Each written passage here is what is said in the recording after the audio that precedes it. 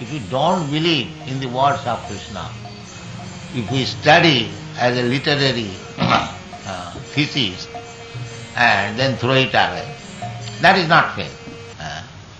The faith is explained by Krishnadas Kaviraj Goswami. He says, Saddha Sabde Vishwas Sudhira Nishchay. Faith means one who has got firm faith in the words of Krishna. That is called faith. I am reading Bhagavad Gita, but I do not accept Krishna as the Supreme Personality of Godhead, or he is a person, as he says in the Bhagavad. He says, Matta paratarang nannat kinchijasti dhananya. Matta, when he says, he is a person.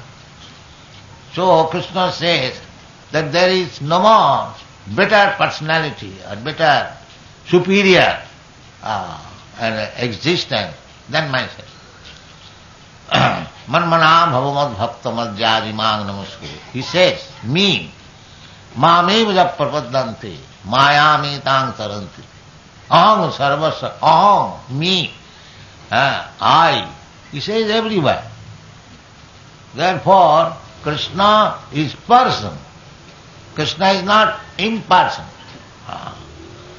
Klesha adhikatarastesham abbhaktya saptachetasam. It is said that one who is impersonalist, he takes more trouble to come to me. He will come later on, but it will take some time. The impersonal feature of understanding of the Supreme Absolute Truth, it is partial understanding. Just like we have explained several times that we have got experience of the sunshine, because sunshine is very easily approached. But that understanding of the sunshine is not real understanding of the sun globe, or sun planet, or the sun god. That is not perfect understanding. It is partial understanding that you can understand the sun globe is full of heat and light. That's all. But how much heat, what is the temperature of heat, how much light is there, and where is the source of heat and light, that is not possible to understand. Everyone will admit this. Simply by saying, because the sunshine is entering your room from the window, that does not mean you know everything of the sun. Similarly, this impersonal understanding of the absolute truth is like that. That's like sunshine is impersonal. But the sun god is person. If sun god is not person, how Krishna says, Imam vivassati yugam praptavan aham abhayam. This Bhagavad Gita, he says to Arjuna, that this Bhagavad Gita, science of Bhagavad Gita, or this yoga system, bhakti yoga system, I spoke to sun god. Exactly like that I am speaking to you. So Arjuna is person and Krishna is person. Therefore, in the sun planet, the predominating deity is a person, is not impersonal. So you cannot understand that person simply by seeing the sunshine. That requires better qualification, how to enter the sun planet, how to see the predominating deity. The impersonalists, they simply conclude that in the same way as we, foolish person, conclude that the sun planet is simply a fiery substance and there is nothing. No, if there is nothing, if there is no sun god, predominating deity or the president of the sun globe, then how Krishna could speak with him?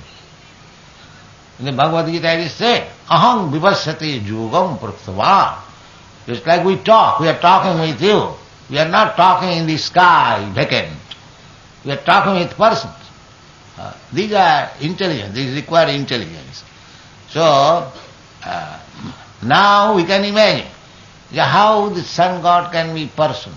It is a fiery big fire, substance, and how one can live. This is also foolishness. Because I cannot live in the fire, therefore nobody can live in the fire.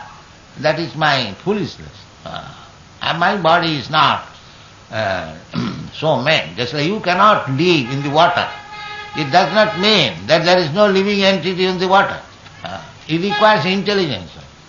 Similarly, if you cannot live in the fire, it does not mean that nobody lives there. Yes, there are living entities whose body is so made, just like the fish and other aquatics, they live. Their body is so made. This is intelligent study.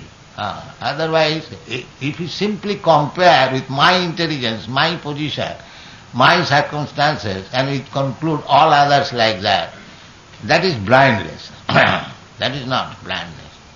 So similarly, impersonal realization of God, that is imperfect. Exactly like the understanding of the sunshine is not understanding of the sun globe and the sun globe. Everyone can understand it. It is not very difficult. If you think that because I have seen sunshine, then I have seen everything, I have known everything of the sun. No. You do not know even how big the sun globe is.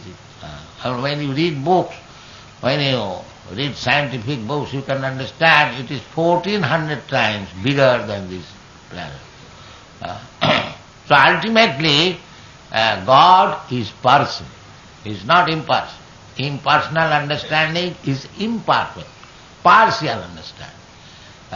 That is, God, Krishna, is Sachidananda Vigraha, Sat-Chit Ananda. So impersonal understanding of Krishna means you understand only the short portion. The two other portions, Chit and Ananda, you do not know.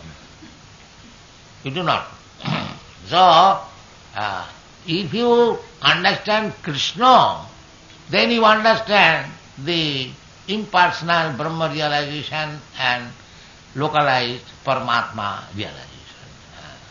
That is stated in the Veda. Jasmin vijñāte sarvamevam vijñātam bhavanti.